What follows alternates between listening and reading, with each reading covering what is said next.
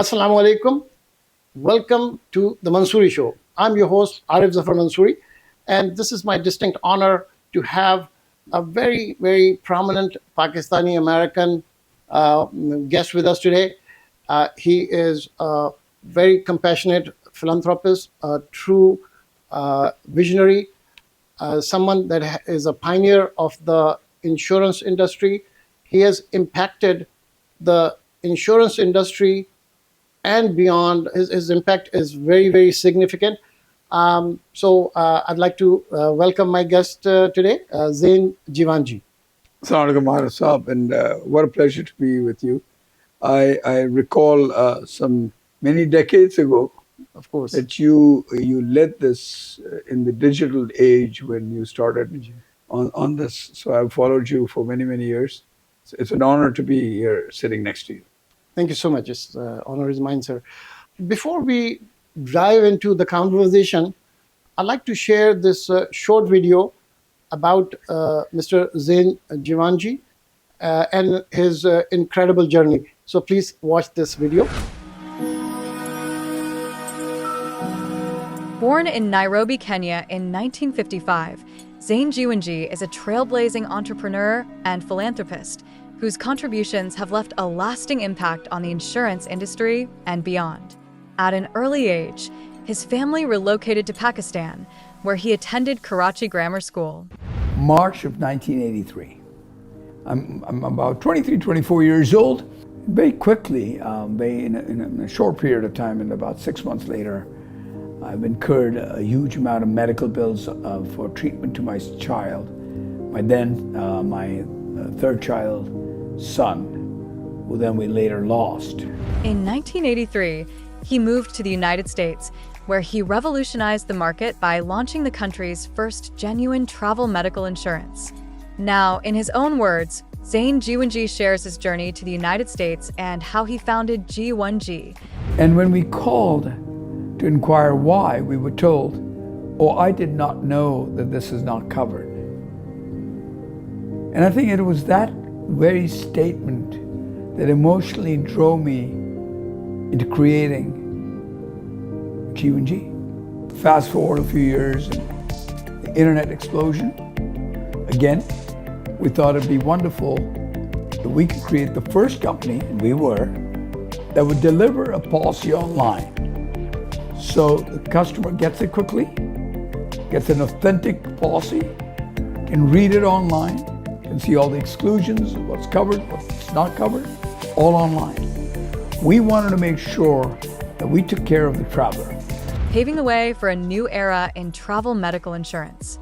A true innovator, Jeewanjee pioneered the first online insurance aggregator and later introduced the first online event liability insurance platform.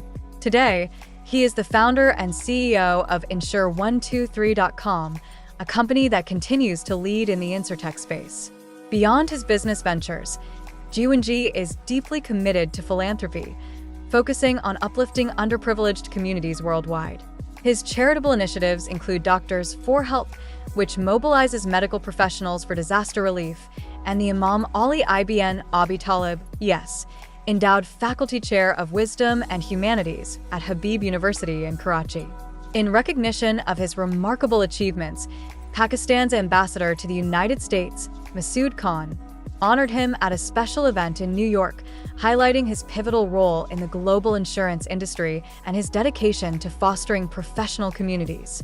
A highly sought-after speaker, Jeewanjee is frequently invited to share his insights at conferences and events across the U.S. and around the globe. His journey, from Kenya to Pakistan and eventually to the United States, reflects his entrepreneurial vision, resilience, and unwavering commitment to making a global impact.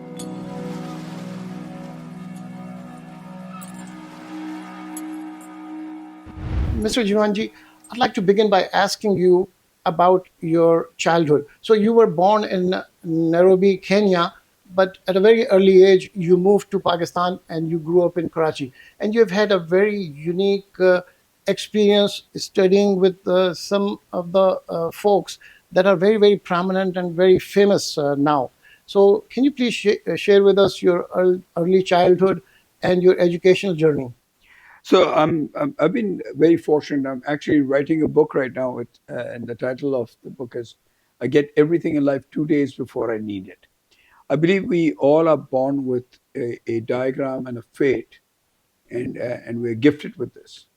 My gift was that I was very fortunate of always being at the right place at the right time. My early childhood was in Kenya, in East Africa, Nairobi, where my grandfather, my father's father, had at one time moved to stored away on a boat from Australia to Kenya, and then had a contract with British East India Company to form and lay railroads all over Africa. In 1898, according to the Times of India, that they published the article in 2017, that Mr. AM Jeewanjee had 38,000 employees working in Kenya, laying railroad for Africa. And he imported them from India because the British needed labor. So it came really from an entrepreneurial vision. And there's a book on my grandfather called Challenge to Colonialism. So he was a civil rights fighter for rights for South Asians in Africa at that time against the British. As we know, that the British have done massive damage to human civilization over the years by colonizing the world, right? So I had this inner, the first gift came from there. Then I was born to a mother that was a farishta. She was an angel. She would give her time and love and money to everybody. So genetically, I grew up like this, and all my two brothers and my sister all became givers. My father was an immaculate dresser. So I got the gift of dressing from him. I mean, he would have pocket squares and cufflinks. He would never go out ever without well dressed. And this is in the 1940s. Very, very aristocrat dresser. In fact, there used to be a joke in our family that my grandfather's dry cleaning would go to London from Pakistan in the 30s. I mean, it was that kind of. So I grew up with this gift that I got.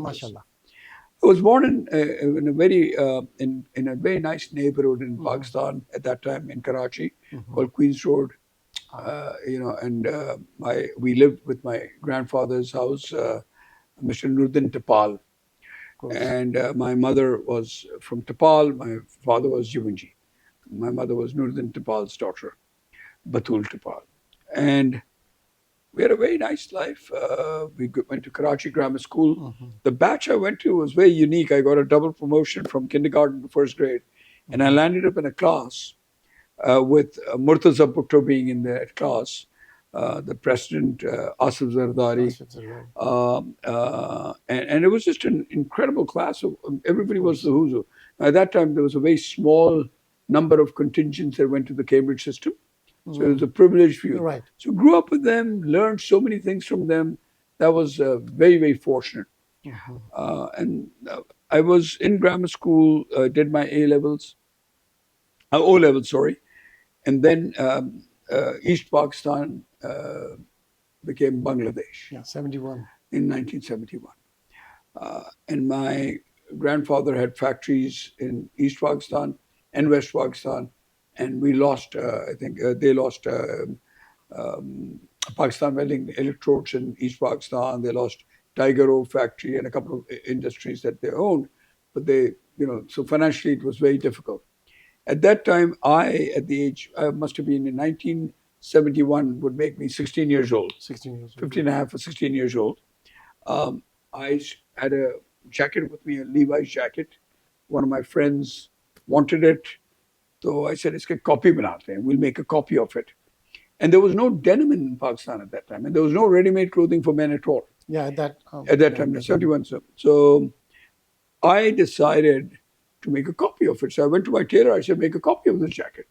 He said, what is this fabric? He didn't know what the fabric was. So what we did is we took some canvas from Asian Nizamuddin Sons, a family that we knew, of their tent, dyed it in Parker blue ink, and made the first jacket in 1971. Then we did a catwalk show in Metropole Hotel. And that was probably the first time. That was the first catwalk in my recollection ever done in Pakistan, where men and women.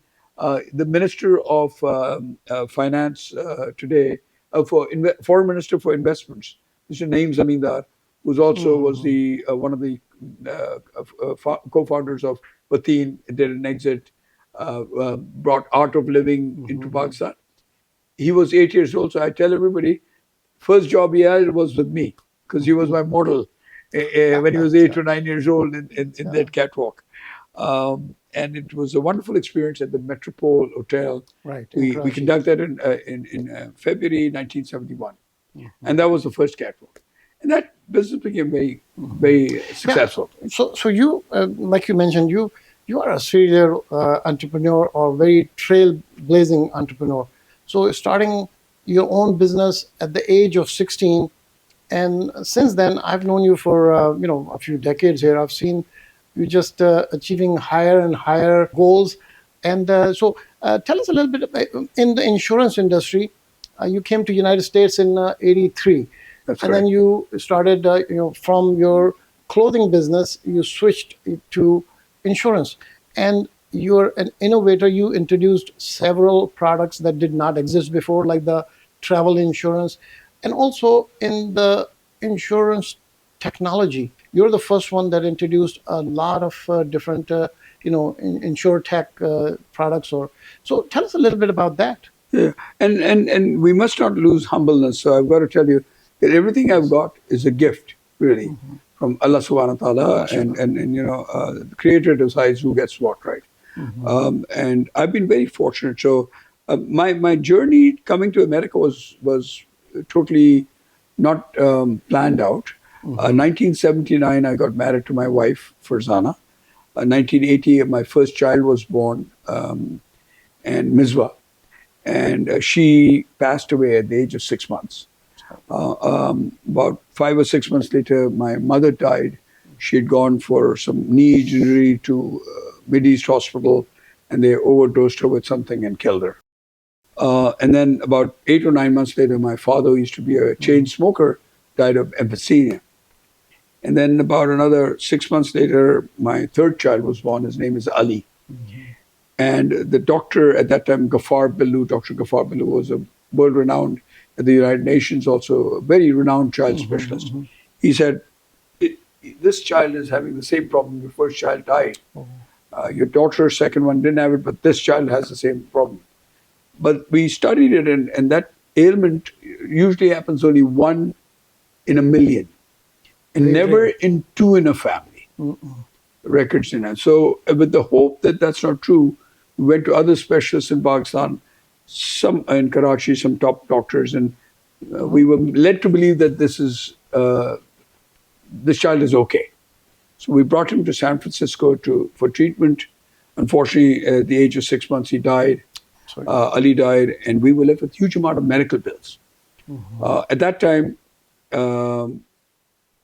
I thought, and my bills were, I think, was something like a huge amount, $100,000 or above that. So in 1983, I could have bought the Google campus with that kind of money, right?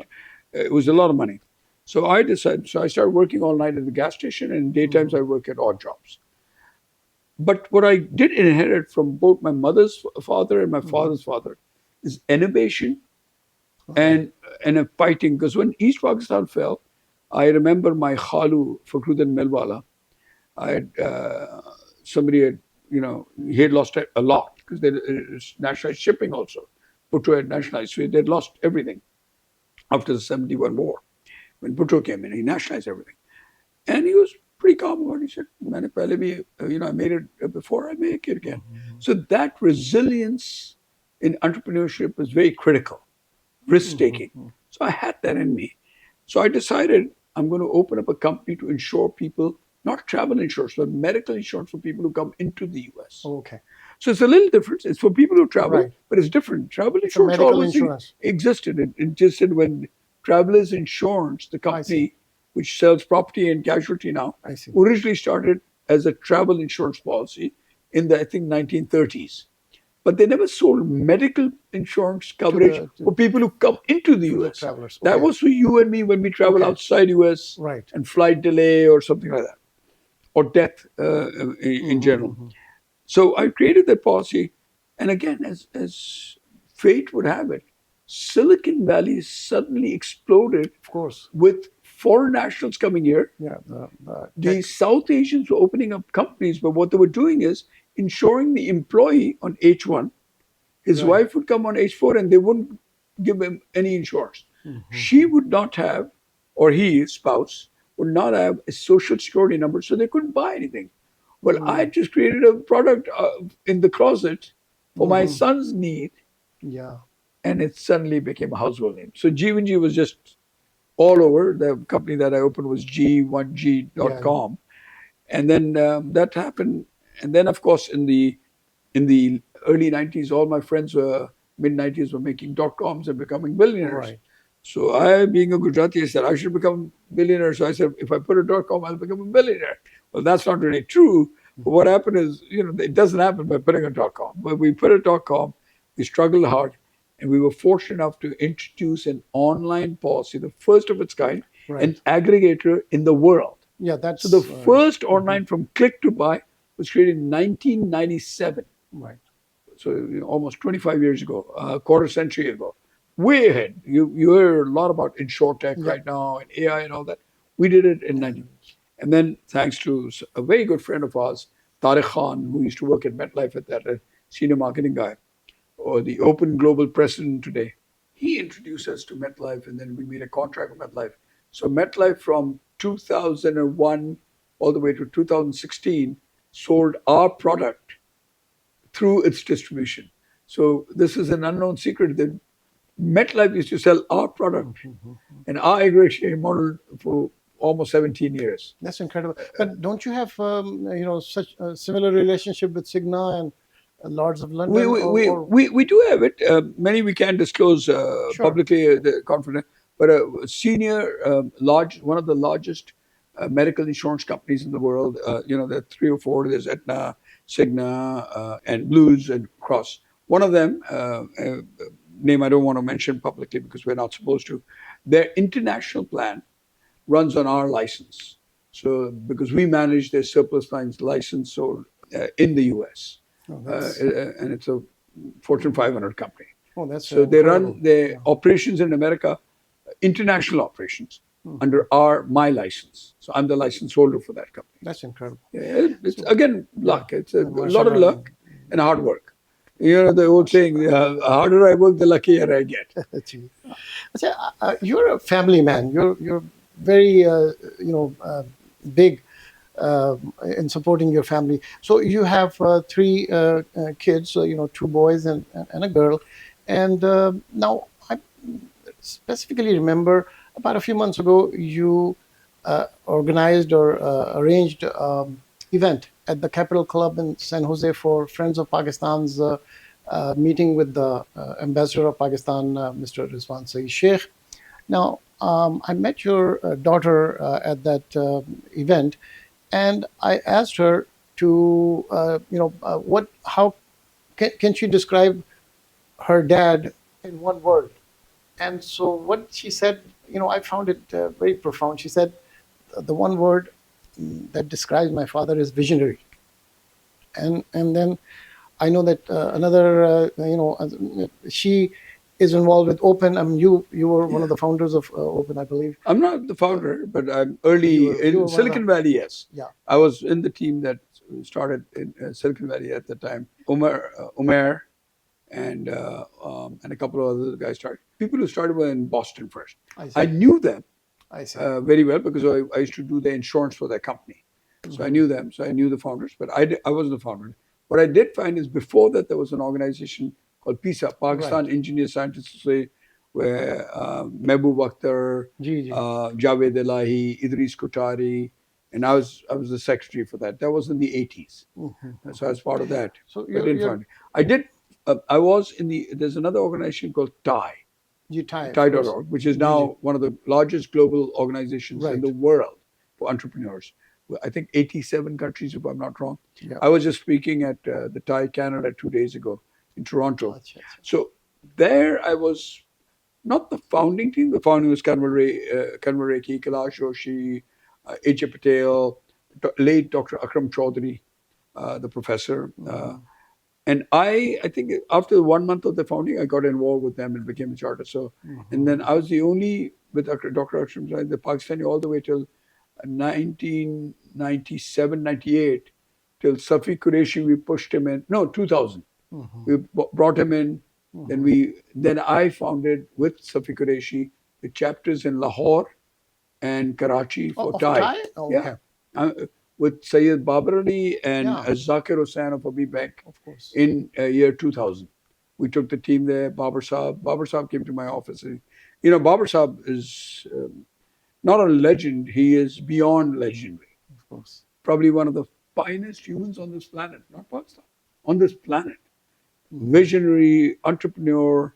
He's 100 years old and just an incredible human being. And really loves Pakistan also. Of course. Great guy. And my friendship with him over the last 2.5 decades, I've just been very impressed by him. He's one of the finest humans on this planet. Yeah, mashallah. Going back to, I was just remembering this quote from your daughter that I believe she spoke these words at one of the open conferences that, the inheritance of a parent is not just the financial. I'm paraphrasing, but something on these lines. She said that it's not just the financial thing, but it's the good reputation. And so that is so profound. I found this. So tell me about your kids are involved in the business? Yes, they are. And you talk about Zainab, my daughter. Yeah. She's a gift. All my family, I'm just so lucky to have two great boys, a great daughter, a lovely wife. I don't mention it enough. I think everything I am today is because of my wife. The freedom she gives me of, 3 days ago, I was in Toronto. The next day, I was in New York. Then I'm in Houston. Then I'm here. Now I'm going to San Diego. Then I'll come back here tomorrow and then go back. The freedom that I don't have to, sometimes I call her and I say, oh, I forgot to tell you I'm supposed to go to San Diego tomorrow. I tell her after I land in San Diego. That liberty, many males in the world don't get from their women. Often these things constantly, that support that I've got, the freedom, and then the ability to do what I want, make decisions as I want. And she's been my strength. When you lose two kids, I just lost two kids, but she lost two people that she carried for 9 months. Imagine a female, and she was very tough, younger than me, right? At age 19 or 20, to lose two of your children, very difficult for her. It is. So she stood strong. We moved to America, brand new place. And I used to work 21 hours. So I'd work at the gas station here. She stood strong. So to mention that. Now let me come to my children. My three kids, Zainab, this saying that she said, she actually texted me that. She said the inheritance, people talk about inheritance, is not about the money your parents will give you. It's a gift that I walk somewhere to some deal and the person says, your father was a great man, you get the deal. That's a bigger than inheritance. Bigger than the thought that she made is that she recognizes that. Right. That's a privilege for me. All my three kids recognize that what father has done for me. My youngest son runs in the insurance space, One Day Event Dog Company. It is a small little online policy company that we had made. We used to sell about 20 policies a day. He took it over. Now he sells about 100 a day. And he's about 30-year-old, my son is. The other one, a little older, Zainab's age, in the 40-year-old, Zubair. He runs my Jeewanjee travel division. Okay. And Zainab runs our medical group business for corporate companies. And then I run rest of the companies. We've got about nine companies. Is your wife also involved in the business? Or? She does come and look at accounts lately, just so to give me company. But she's not been involved in the business itself. No. She of lately has been looking at payroll and accounting and stuff. As we're growing larger and larger, some inside, get somebody of your own family to look at it. We're Gujaratis, and that's the way Gujaratis run, right? They keep everything in the family and try to maneuver everything. What you mentioned, having a great reputation. Having a great reputation is tough, but then to maintain it over 4 decades or longer, actually much longer than that. That is, really, it's commendable. And I understand recently you were awarded by the President of the United States the Lifetime Achievement Award, and that is really, big distinction, and it's very, something for me as a Pakistani to be proud of as well. So I share in your, this achievement. So tell us a little bit about that. The Lifetime Achievement Award is given for community service. It's given for if you've done so many hours of community service, and given to people that the president. I was honored that signed by Joe Biden, awarding that certificate, and given to me via Ambassador Rizwan, Pakistani ambassador, at the NUST event. I was very honored, really overwhelmed, actually. I don't know if I deserve it or not, because there are a lot of other people who quietly do a lot of things. I maybe boast about it a little bit so I get more recognition. But there are a lot of Pakistanis who do so much good work in America. I think that, in fact, there are so many Pakistanis that outside Pakistan that devote their lives, every little money they send back to Pakistan to support, whether it be a hospital they're building or a school they're donating, women stuff. I mean, there's so much Pakistanis do. We, question maybe the most charitable people among minorities that send so much money back to Pakistan. So there are a lot more people who do a lot more work. I got recognized for it, and I'm honored. Let me tell you how I'm going to take a minute and tell you why. Yes. You had asked me, you just were pondering on something that, this thing about all this stuff you do and all this, what gives you this innovation and credibility and lifelong attitude of just keep going doing it. And I think one of the things is when you're not chasing, so one of my lines is I give it to a lot of people, don't chase the cup, chase the finish line. Don't look at the prize. Right. So every company I open, I'm not looking at how much money I'll make. I make the goal of, will I finish it?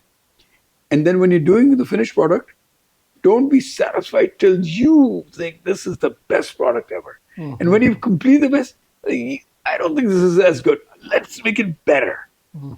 And I'll give you an example of Steve Jobs in that. Steve Jobs was coming out with a battery. A phone was supposed to be released. And suddenly his team came up and said, we're releasing this on Monday because they hit the fall or something for the numbers.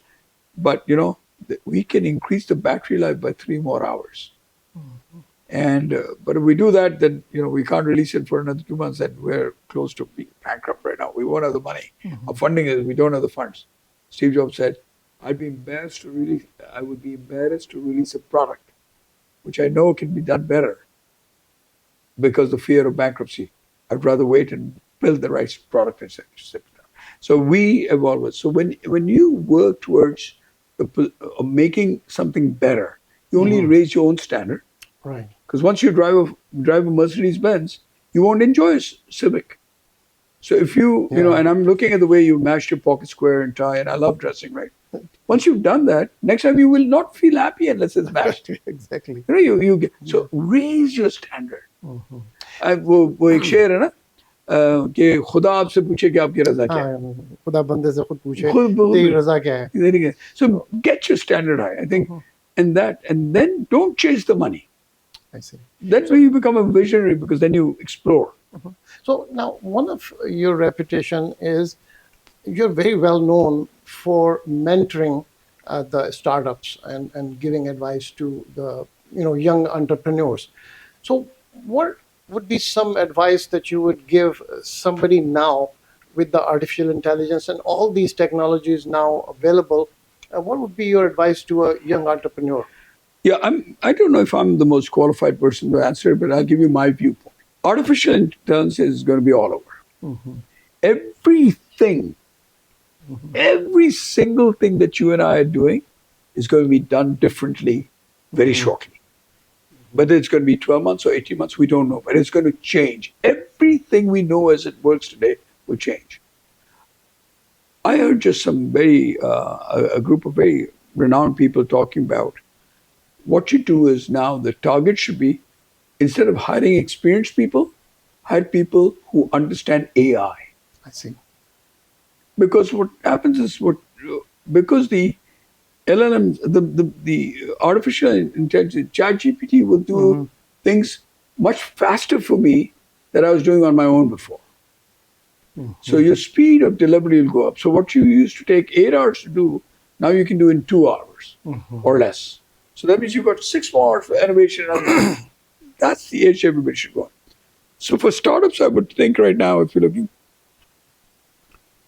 think of visionary things and think of big stuff. Don't think of little, small stuff.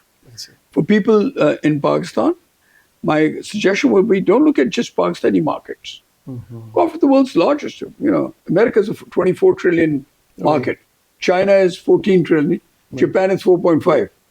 So if I had something to sell, I'd rather go to the 24 trillion market. My chances of success are much higher. That's right. Why would I go to something that's 4.5 trillion? Or if you come to Pakistan, 300 billion or whatever it is, the market is. It doesn't make sense. Your success ratio, you should go to the best market. It'll be easier penetration.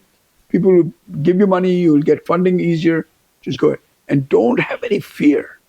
Because if you have the best idea, it'll work. Right. I would like to ask you, right now we are facing in Los Angeles, we are right now in Glendale, which is Los Angeles suburb. We are facing tremendous fires. The devastation is, this is the worst fire Los Angeles has ever seen. Actually, this is probably the worst fire in the United States history. There's quite a large loss of life. There are some 10,000 structures that burned down. There's some 40,000 acres that has burned down. And the economic damage is estimated to be $170 billion. So what advice can you give to people regarding the insurance? So one of the big issue now is that all of these houses that are burned down, people have lost everything they owned.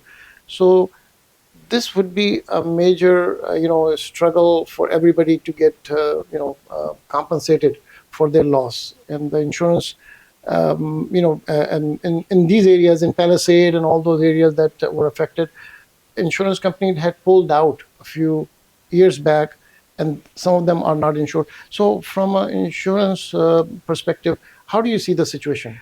I think I'm going to say a couple of things, and I would want to tell you that a couple of things you should be aware of. Number one is we have to look at insurance for protection purposes. Right. It's not a money-making machine. Right. So the insurance carriers are also coming in to make money on it. The idea started when and there's two stories. One is when the lords would send their ships out and the Spaniards would loot them. So 4 or 5 lords got together and said, your ship is looting my ship, why don't we pool in? If your ship goes, we'll all pool in and help you. The other side of the story is that when the camels and the kaftans used to take herbs and spices in the Middle East. Now that story is not marketed more because it's not a Western story, it's an Eastern story that insurance came out of Eastern society. So the kaftans would be looted. The Arabs got together, said, listen, we'll all get together. If your kaftan gets looted, we'll all pool it. The objective of insurance is, so it's like, what do you call that when you all put in $100 each in a pocket, and the lady takes out one person's name every month. Right, and she gets committee. Yeah. So that's really how insurance is supposed to be. In that committee, everybody puts in 100 rupees. Only one person 10 people put it. Nobody gets more than 1,000. And eventually everybody's fair. Now, if you take a price of a home in California right now, let's say 2 million is an average home. Yes. In 2 million, your premium cannot be $1,000 a year. Right. Because you can't have a risk for 200 years, you'll have one claim. Right. That's the model. The Department of Insurance on top of it in California is so strong, it tells the insurance company, you can't raise the rates. Well, if you can't raise the rates, if tomorrow the government said, Elon Musk, you cannot charge $100,000 for Tesla. And he says, well, the cost of the battery is $98,000. He said, no, you can't. Then how will you operate his car? It's okay for the manufacturer. It's okay for when I came in 83, I bought a BMW for, I think, $28,000. Right. That 7 Series now is $150,000. Absolutely.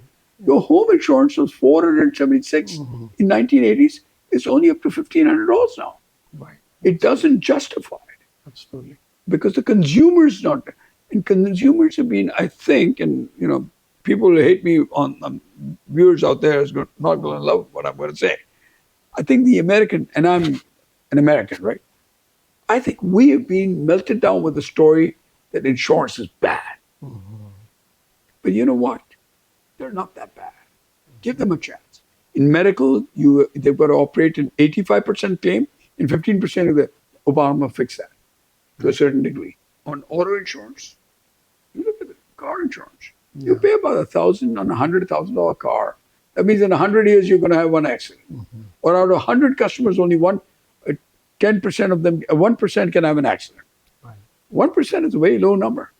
Now, climate change and these fires, these hurricanes, these storms, the frequency out of South has just gone way beyond it. Yeah, it is. So what used to happen, two claims a year, now 20 claims in Florida, in Texas. Texas was flooded. Texas was never flooded, ever. Yeah. So these claims are coming in. Well, that means everybody's got to pull in more in the committee, more money into it. There's got to be a balance.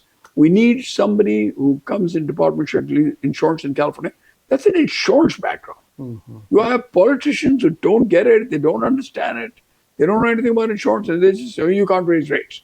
It's got to be some justification. And I think there's got to be federal funds to come and help.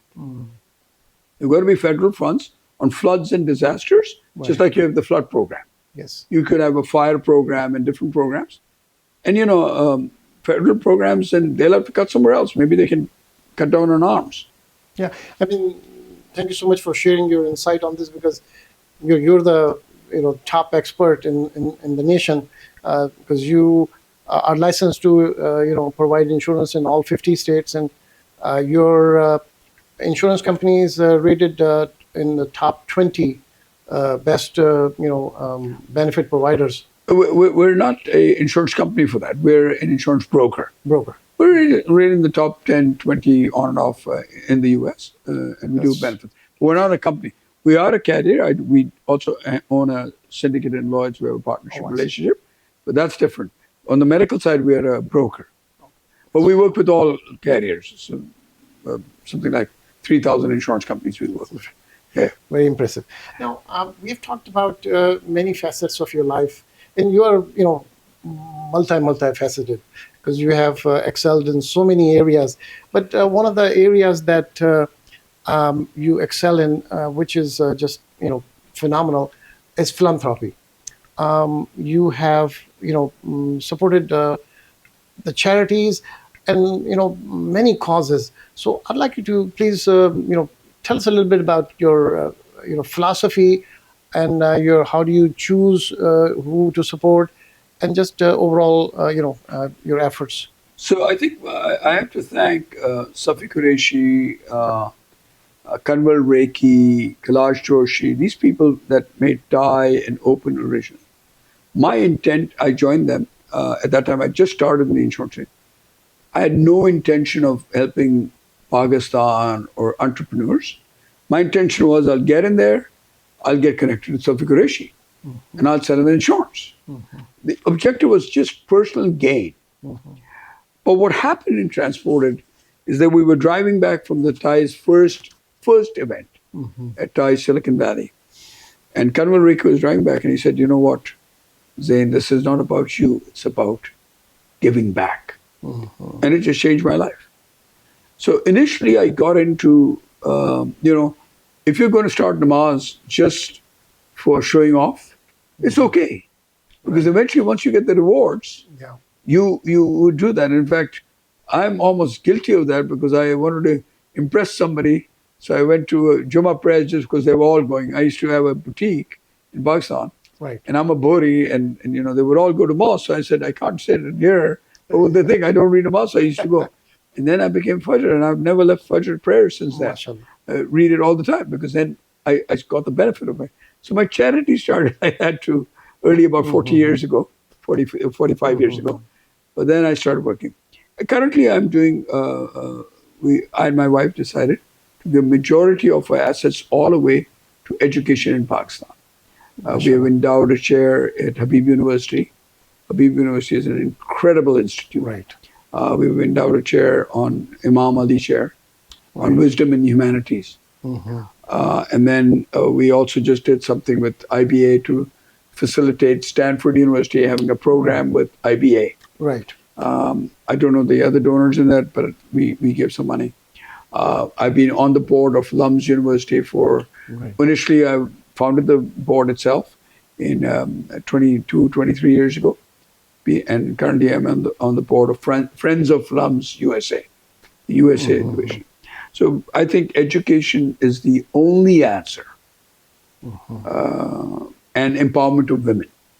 And then I'm doing something on that too, philanthropically. I have an objective to my goal is to hire 100,000 women in Pakistan to work virtually from Pakistan to the US. Just like Infosys or Wipro did in India on software, we can do manpower, labor intern, because the price difference of dollar versus rupee is so high right now. We're trading at 270 or even touch 300 once in a while.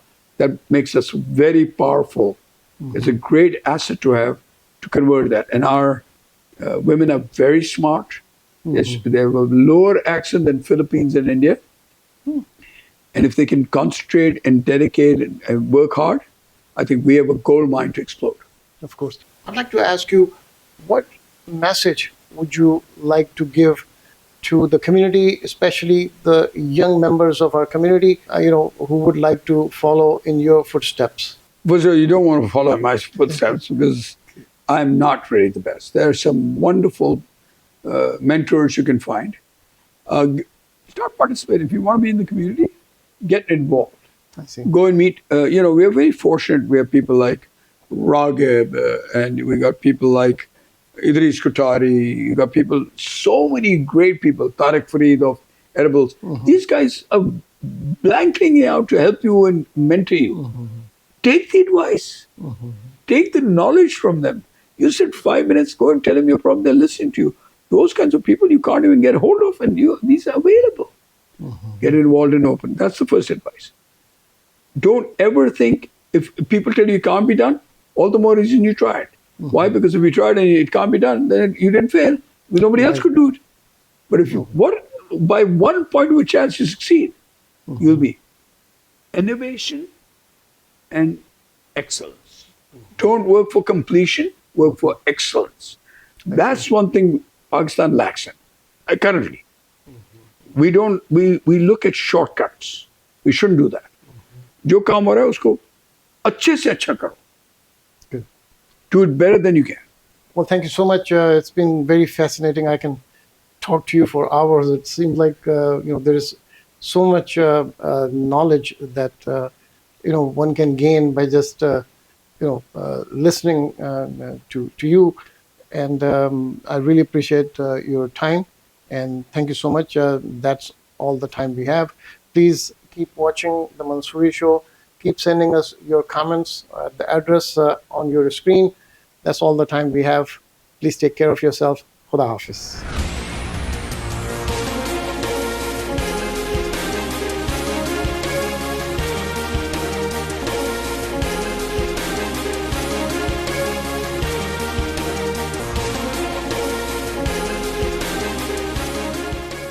Parents, show your love with Tahir Halal Kids multivitamin gummies, made in the USA and certified halal. Delicious and packed with essential vitamins, these gummies keep your little ones healthy, happy, and full of energy. No fuss, just fun, because good health should taste great. Tahir Halal.